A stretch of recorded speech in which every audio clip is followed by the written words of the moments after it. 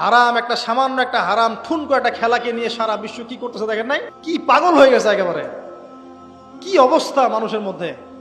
কে খেলে তারও ঠিক নাই, ওই দেশের লোক আমাকে চিনে কিনা তারও ঠিক নাই, নিজের কোনো ব্যক্তিত্ব গায়রত কিছুই নাই। আশ্চর্য একটা জাতি আমরা। কে খেলছে?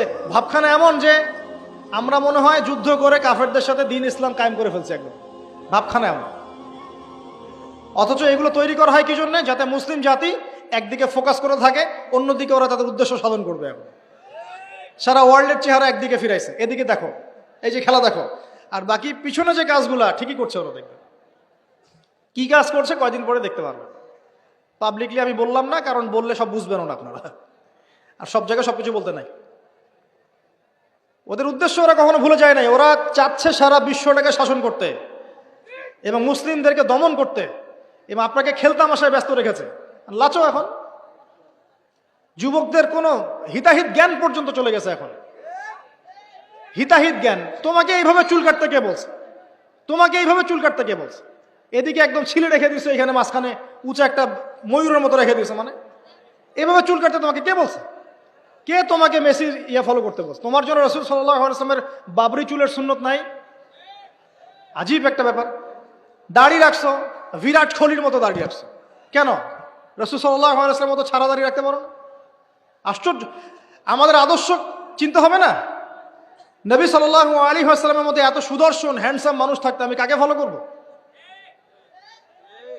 যুবকদের পুরো মাথাটাকে ব্রেইন ওয়াশ করে ফেলা হয়েছে এখন। কারণ ওরা জানে খুব ভালো করেই, যুবকরা যদি আল্লাহর পথে ফিরে আসে ওদের সমস্যা আছে, সমস্যা। এই কারণে তোমাদেরকে ভুলিয়ে রাখা হচ্ছে। নিজের জীবনের মূল্য দিতে শেখো। আল্লাহ পাক তোমাদেরকে কি জন্য সৃষ্টি করেছেন এটা বুঝো। শোনো, দুনিয়া যদি চাইতাম আমি অনেক কিছু করতে পারতাম, এই সুযোগ আমার সামনেও ছিল। আমরাও স্বপ্ন দেখেছি একসময়, পাবলিকলি এটা বলেই ফেলছি। আমরা একসময় স্বপ্ন দেখেছি বাংলাদেশ ক্রিকেট টিমের ওপেনিং ব্যাটসম্যান হব, সবাই আমাকে চিনবে, সবাই আমার পোস্টার লাগাবে ঘরে ঘরে, সবাই আমার কাছে অটোগ্রাফ নিতে আসবে, ছবি তুলবে, ইত্যাদি ইত্যাদি।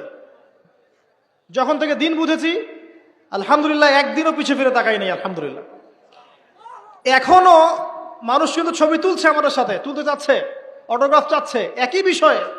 এখন আমি আরো অ্যাভয়েড করছি জিনিসগুলোকে। নিজেকে চিনতে শিখো। আল্লাহ রাব্বুল আলামিন তোমাকে আমাকে সৃষ্টি করেছেন, আল্লাহ পাক আমাদের হাতে এই দিনের বিজয় দেখতে চান। আল্লাহ পাক চান যেন আমরা আল্লাহর দিনটাকে পালন করি, প্রচার করি, প্রসার ঘটাই।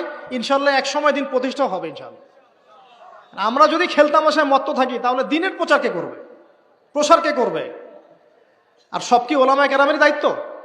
সাধারণ মানুষের কোনো দায়িত্ব নাই?